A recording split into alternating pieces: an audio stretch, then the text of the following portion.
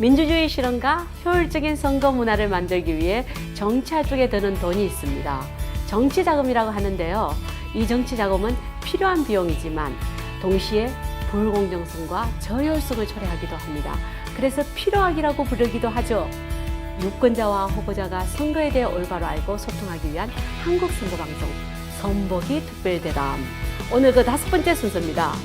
정치자금이 무엇이고 현재 어떻게 운영되고 있는지 또 앞으로 개선 방안은 무엇인지 중앙선거관리위원회 신호영 법제국장님 모시고 말씀 나눠보겠습니다. 국장님 안녕하세요. 안녕하십니까.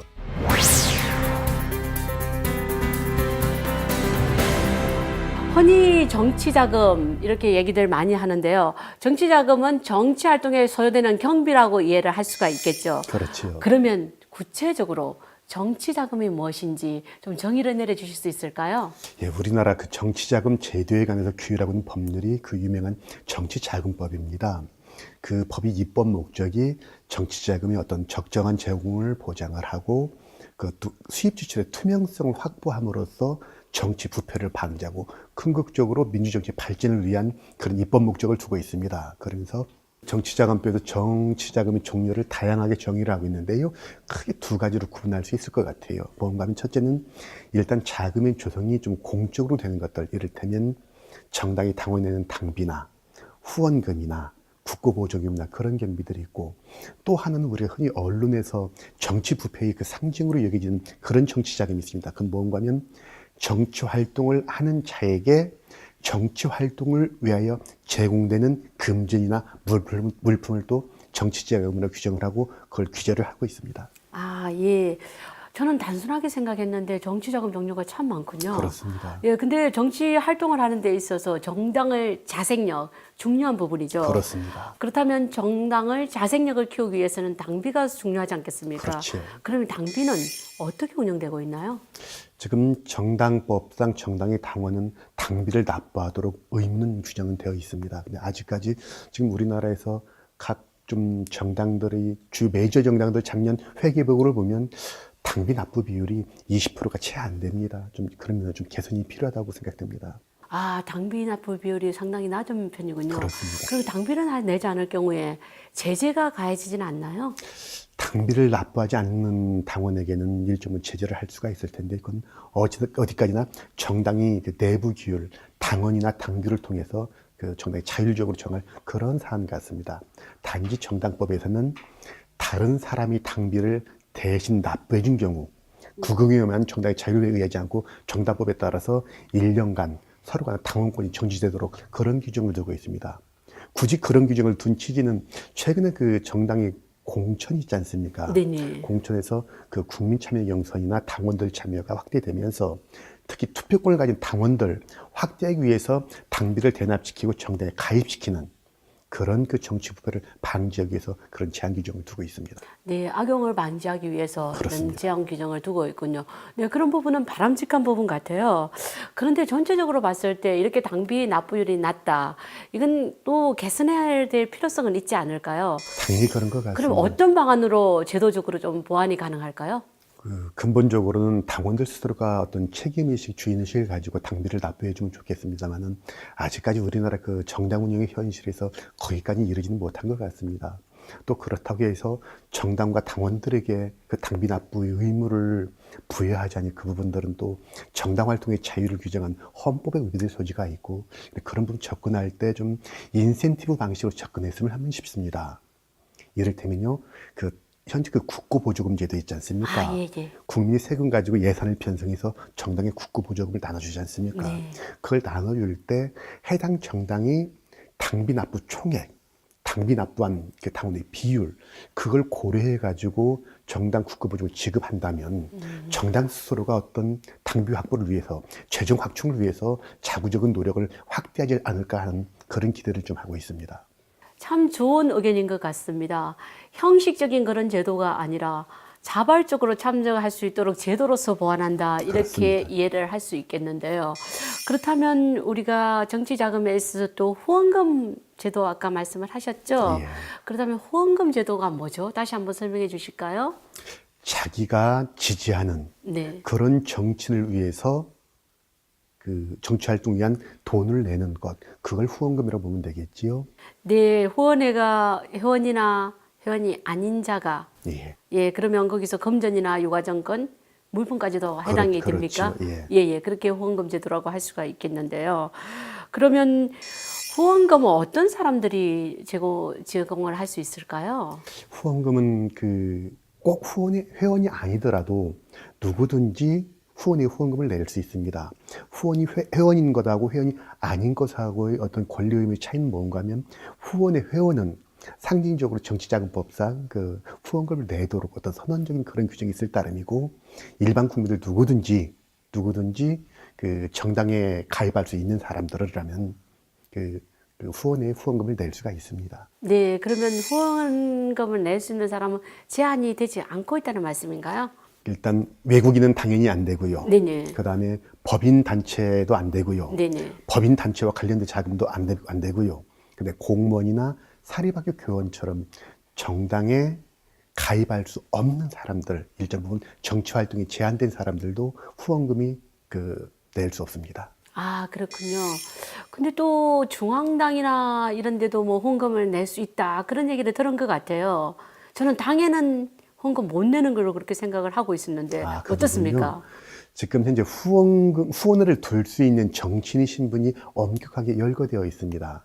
이를테면 대표적으로 대통령 선거의 후보자, 예비 후보자, 대통령 선거에 출마하려는 당내 경선의 대표자, 그 다음에 당대표 후보자, 그리고 공직선거로 들어와서는 국회의원이나 국회의원 후보자, 예비 후보자, 지방자치단체의 장 같은 경우는 지방자치단체 장 후보자만이 후원을 두어서 후원금을 거둘 수가 있도록 되어 있고요. 올해 6월 30일 날 정치자금법이 개정되어서 정당도 후원을 두어서 후원금을 받을 수 있도록 정치자금법이 개정이 되었습니다. 아, 정당도 다 받을 수 있도록 개정됐다 그런 말씀이시군요. 그렇습니다. 개정된 취지가 뭘까요? 당초에 그 정당 후원회가 있어 왔다가 2002년도에 그 대통령 선거에서 불법 대선 자금이 문제가 큰 우리 사회가 홍역을 치르지 않았습니까? 그렇죠. 그 당시에 정당 후원을 해산을 시켜버렸어요. 그 부분이 참 아쉬운 측면이 많은데요. 그 당시에도 소위 말하는 불법 대선 자금, 뭐 찻대기로 좀 상징되는 그런 부분들인데, 그 당시에도 정당 후원을 통하지 않았기 때문에 불법이었지, 그 당시 정당 후원을 통하는 부분이었다면 일정 부분 합리적으로 수용될 여지가 있는 부분들이었습니다.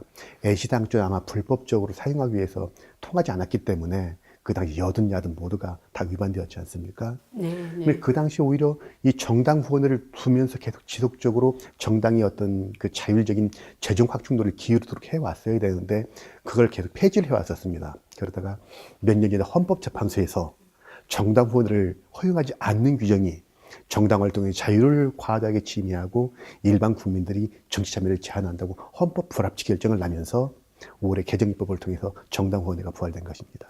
네, 그런데 아까 여러 가지로 후원의 뭐 후보자들 열거를 하셨잖아요. 네.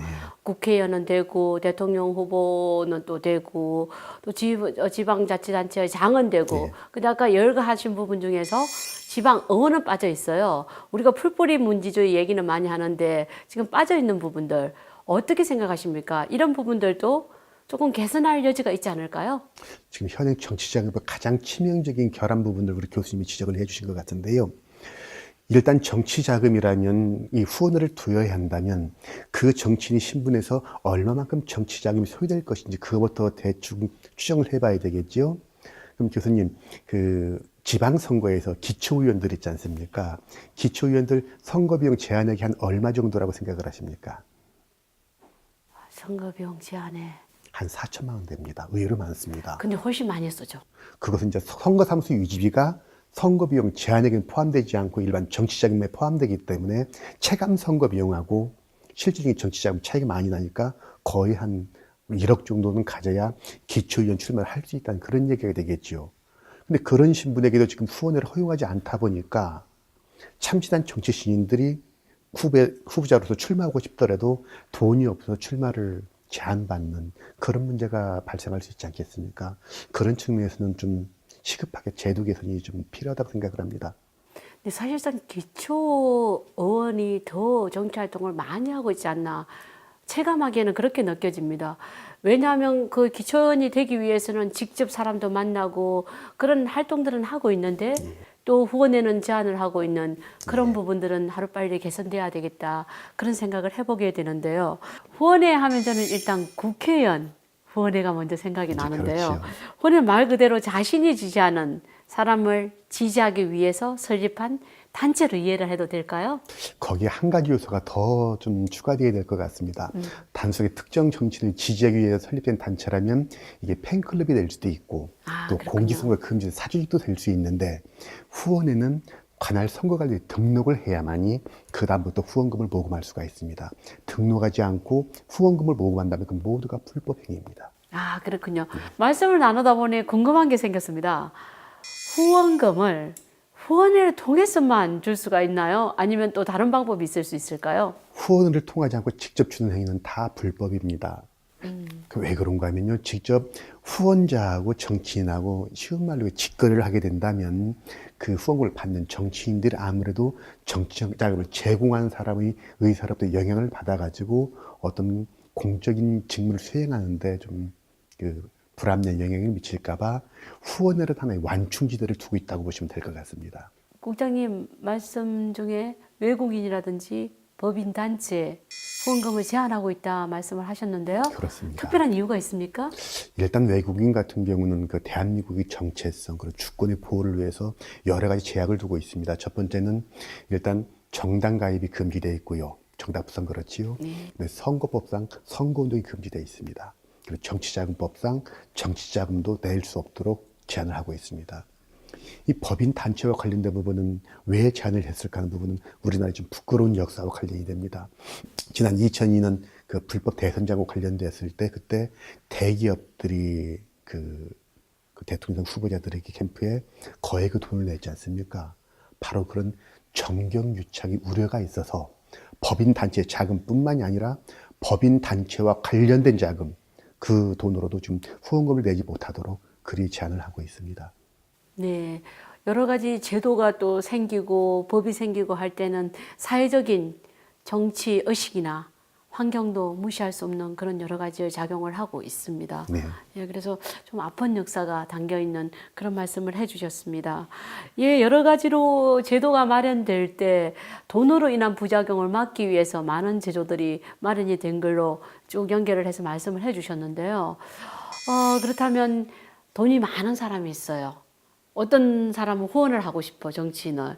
그러면 제한 없이 후원을 해도 될까요? 액수 제한이 없이? 그게 참 바람직할까요, 교수님?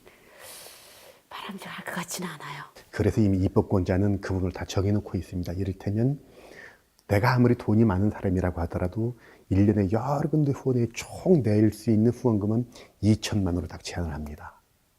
1인당 예, 그렇습니다. 그리고 개별 후원회마다는 500만 원씩 제한을 하고 있고 단지 대통령 선거 후보자 후원회 같은 경우 전국 규모의 그런 대표자를 뽑는 그런 후보자 같은 경우는 그 한 후원회에 1,000만 원까지 그 경우에도 모든 후원회에 낼 수 있는 후원금은 연간 2천만 원으로 똑같습니다. 그렇게 금액을 제한하고 있습니다. 네, 이건 아무래도 소액의 기부자들이 많아야 되겠다는 그런 취지이기도 하겠어요. 소액 다수의 투명한 정치자금 그렇죠. 조성, 예, 그게 네, 목표입니다. 네, 네, 예. 정치 후원금을 기부를 하기 위해서는 직접 가서 해야 되나요? 아니면 온라인으로도 가능할까요? 그 방법은 저희가 다양하게 열어놓고 있습니다. 우리 교수님 그 사전투표제도 도입돼가 투표하기 굉장히 편해지셨지요. 그럼요. 그리고 국민들이 후원금 내실 때에도 아주 편리하게 낼 수 있는 여러 가지 장치를 다 만들어 놓았습니다.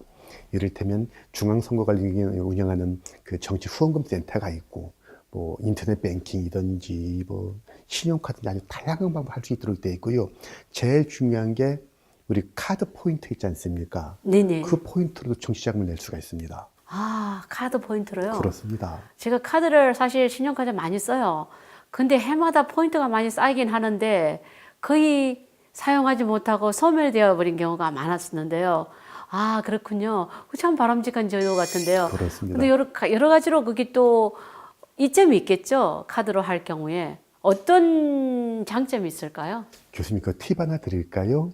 그 카드 포인트를 기부를 하게 되면 원래 카드 포인트가 잠자고 있는 돈이지 않습니까? 네네. 그걸로 정치 후원을 하게 되면 그 돈 연말 정산할 때 10만 원까지는 전액 현금으로 세제 혜택 된다 알고 계시죠? 아, 그 부분 잘 몰랐네요. 잠재적인 그 카드 포인트가 현실적인 금전으로 환전된다는 그런 측면이 있고요. 아, 그게 그렇죠. 세액 공제까지 되는 거예요? 그렇습니다. 와, 꼭 해야 될 것 같습니다. 두 번째 측면은 그게 이 정치 자금이나 후원금을 내는 것만큼 가장 적극적인 정치 활동이 또 어디 있겠습니까? 그렇죠. 정치 활동을 보람도 있겠고, 세 번째는 그런 정치 자금 기부 행위를 통해 가지고 각 정당 간, 정치인 간 선의 경쟁을 부추길 수 있는 측면도 있고요. 마지막으로 그 포인트를 관리하는 기업이나 카드 회사로 하여금 어떤 사회에 공헌할 수 있도록 하는 그런 긍정적인 효과도 나오는 것 같습니다. 국장님, 네 가지의 그런 이점을 말씀을 하셨는데요. 또 하나가 더 있는 것 같아요. 그렇습니까? 네네. 신용카드 포인트가 쌓여서 잠자고 있는 돈을 경제에 활성화시키는 데 쓸 수가 있는 측면에서는 일석오조라고 할 수가 있겠네요. 그래서 저도 사실 신용카드 포인트 많이 쌓여 있는데요. 올해는 꼭 이게 사용을 해서 세액 공제 받아야 될 것 같습니다. 꼭 그러시죠. 예. 네.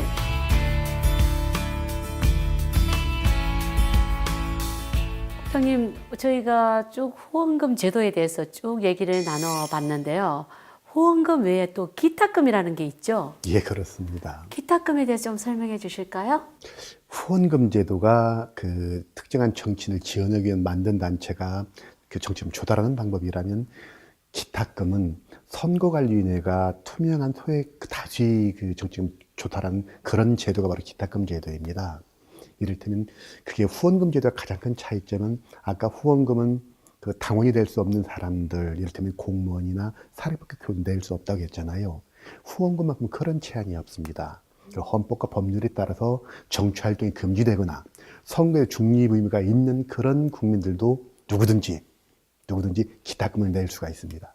일단 선거관리위원회에 기탁을 하게 되면 그 배분은 우리 국고보조금 배분 비율이 있지 않습니까? 네네. 정치자금법에서 그 비율에 따라서 공정하게 똑같이 나누어져 갑니다. 아. 그리하다 보니까 기타금 제도는 가장 오염되지 않은 정치적이 바로 기타금입니다. 왜냐? 기부자의 의도가 기부받는 사람에게 영향을 미칠 길이 아예 차단되었기 때문에 그렇습니다. 그러면 아까 말씀하셨던 후원금을 낼 수 없는 사람들, 예. 외국인이라든지 외국인 안 단체, 됩니다. 법인, 또 기타금 안 외국인도 되는가요? 안 되고 법인 단체도 안 되고 추가될 수 있는 분들은 공무원, 사립학교 교원 그런 분들입니다. 아, 그렇군요. 선관위에다가 기타금을 내기 때문에 정경유착이 될 위험이 없는데도 아까 말씀하셨던 외국인이라든지 법인 단체에게 허용을 하지 않는다. 좀 납득이 잘 안 가요. 설명 좀 해주실 수 있을까요? 과거 저희가 90년대까지 그 당시 지정 기타금 제도라고 했었습니다. 그때는 기타금을 선거관리에 내면서도 특정 정당에 얼마를 주라는 그런 걸 조건으로 낼 수가 있었는데 그럼도 그리하다 보니 그 당시에는 그 집권 여당에 힘 있는 여당에만 그 기타금이 몰린 그런 폐해가 있었어요. 그래서 90년대 후반에 그 지정 기타금 제도를 폐지하고 국고보조금 배분 비율에 따라 배분하도록 제도를 합리적 개선을 하긴 했는데 이 또한 그 2002년 불법 대선 자금 문제 때문에 정경유착 요구를 완전히 끊자라는 입법자의 결단 때문에 법인 단체의 자금 또 법인 단체와 관련돼 있는 자금도 기타금이든 후원금을 내지 못하도록 지금 완전히 금지가 되어 있습니다. 이 부분은 좀 엄격한 요건을 두어서 허용할 필요가 있지 않은가 생각을 합니다. 네. 아, 좋은 설명 감사드립니다. 근데 말씀 중에 계속 국고보조금 말씀을 하셨어요. 국고보조금에 대한 말씀 자세하게 좀 부탁드릴까요? 국고보조금은 그 국가의 예산을 편성해서 정당에게 그 나눠주는 그런 제도인데요. 교수님, 그 제도가 언제 도입됐는지 잘 알고 계시지요? 잘 모릅니다. 1980년대 그때 네네. 그 제5공화국이 출범하면서 그때 아마 정당에 대한 시혜적 조치로서 국보의 입법에 의해서 최초로 국고보조금 제도가 도입된 걸로 알고 있습니다. 물론 그 정당의 열악한 재정 사정을 좀 합리적으로 제도적으로 좀 보완했다는 그런 장점도 있긴 합니다만은 현대화까지는 오히려 좀 정당이 과도하게 좀 국고보조금을 의존하는 것이 아닌가라는 그런 비판도 많이 제기되고 있는 그런 상황입니다. 그리고 또 문제점은 모든 정당에게 국고보조금을 주는 건 아니죠. 최소한 국고보조금 받으려면 그 국회의석을 하나라도 가지고 있거나 아니면 국회의원 총선거에서 2% 이상 득표를 한 정당만이 국교 보증을 받을 수가 있습니다. 개선할 여지는 없을까요? 지금 가장 문제되는 부분이 그 교섭단체를 구성한 정당 있지 않습니까? 네네. 지금 국회법상 그게 의석이 20개가 넘으면 교섭단체를 구성할 수가 있는데 교섭단체를 구성한 정당에 국고배조금 우선 배분권을 좀 주고 있어요. 그런 부분들은 뭐 지나치게 매주 정당을 좀 과잉 그런 좀 비판이 제기되고 있어서 그 부분을 좀 개선할 필요가 있다고 생각을 합니다. 개선 의견 나간 건 없고요. 그래서 그 부분 작년 8월 25일에 국회에 정치자금법 개정의결로 제출한 바가 있습니다. 아, 제출이 되었군요. 그렇습니다. 네네. 지금 진행되고 있습니까? 어차피 지금 현재 국회 정치개혁특별위원회 구성되고 있고 거기에서 정당법 개정법률안 또 정치자금법 개정법률안이 함께 논의되고 있습니다. 네. 그러면 군소정당들에게도 혜택이 돌아갈 수 있는 그런 대안이 되기도 하겠네요. 그렇습니다. 네네. 지금 말씀하신 내용 외에도 또 추가적으로 하실 말씀이 있을까요? 처음 교수님께 말씀드릴 때 우리나라 정치자금에서 추구하는 목적이 정치자금이 적정한 조달 그리고 그 자금 수입 실의 투명성 확보를 통해서 정치 부패를 방지하고 궁극적으로 민주주의 방일전을 위한 그런 길이라고 했지 않습니까? 네네. 결국 후원회를 통하든 당비를 통하든 아니면 국고보조금 제도를 통하든 조성된 정치자금이 눈먼 돈이 되어서는 안 되겠지요. 결국 그 수입 지출의 투명성이 좀 확보돼야 된다고 생각을 합니다. 이를테면 그 지출 내역을 요즘 인터넷 같은 인프라가 얼마나 발전되어 있습니까? 뭐 24시간 이내든지 실시간 이내든지 바로바로 공개하도록 해가지고 일반 모든 국민들이 감시하고 견제할 수 있도록 그런 제도가 추가로 도입되어 있으면 합니다. 예, 미국의 경우가 그렇게 시행이 되고 있죠. 예, 그렇게 알고 있습니다. 네네. 정치 자금을 투명화를 위해서 그런 제도적인 보완책 필요하라는 생각을 하게 됩니다. 예, 깨끗한 정치 자금 기부 문화를 어떻게 조성할 수 있을 것인가 고민을 하다 보니 또 그런 생각이 들었어요. 불법으로 정치 자금을 기부한 사람이 있을 수가 있어요. 그런 사람들이 자수를 하고 싶어요. 그럴 경우에 현행법상으로는 지금 어려움이 있죠. 사실 그 부분이 그 은밀한 영역 내에서 이루어지기 때문에 내부 고발자가 없이는 그 정치 부패나 불법 자금 문제 그 부분을 다 참 조사하고 참 단속한다는 게 좀 어려운 그런 점이 있습니다. 결국 한 가지 대안은 내부 고발 제도를 활성화하는 방법밖에 없을 터인데 물론 이러한 형법상 그 내부 고발자들, 그 자수한 사람들, 그 임의적으로 형을 강경하거나 면제할 수는 있습니다만은 우리 정치자금법에 좀 특칙을 두어서 정치자금 범죄를 신고한 사람은 꼭 필요적으로 형을 강경하고 면제할 수 있도록 그런 좀 특칙을 두었으면 좀 내부 고발이 좀 활성화되지 않을까 하고 기대를 해봅니다. 네. 여러 가지로 개선 방안에 대해서 좋은 말씀 주셨어요. 우리나라 정치자금 제도의 발전을 위해서 마지막으로 또 더 하실 말씀이 있으신지요? 현대 민주주의가 우리나라도 매한가지입니다만은 정당제 민주주의로 운영되고 있고 또 선거라는 그 대의제도의 운영 원리에 따라 대표자를 뽑고 있지 않습니까? 그렇다면 정당과 정치인에게 반드시 소유되는 게 정치 자금일 수밖에 없습니다. 교수님 잘 아시다시피 정치 자금 흔히 그 정치 모유에 비교하지 않습니까? 근데 모유가 오염되어 있다면 그 아이들이 제대로 성장할 수가 없겠죠. 병이 걸려 아프지 않겠습니까?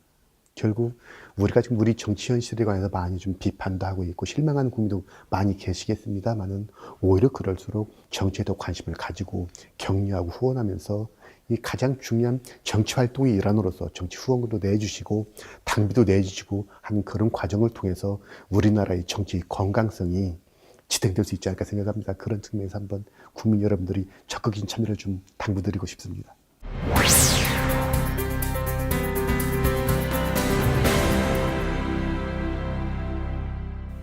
효율적인 정치 활동을 위해 필요한 정치 자금. 대한민국 정치 문화 발전을 위한 밑거름이죠. 따라서 올바로 지출, 배분, 관리되어야 할 것입니다. 정치 자금이 투명하게 지출되고 관리되면서 효율적으로 개선돼 나갈 때 국민의 신뢰와 참여가 이루어져 정치 문화는 더욱 성숙할 수 있을 것입니다. 유권자와 후보자가 서로 소통하기 위한 한국선거방송 선보기 특별대담 5번째 순서는 여기까지입니다. 시청해주신 여러분 고맙습니다. 국장님 감사드립니다. 고맙습니다.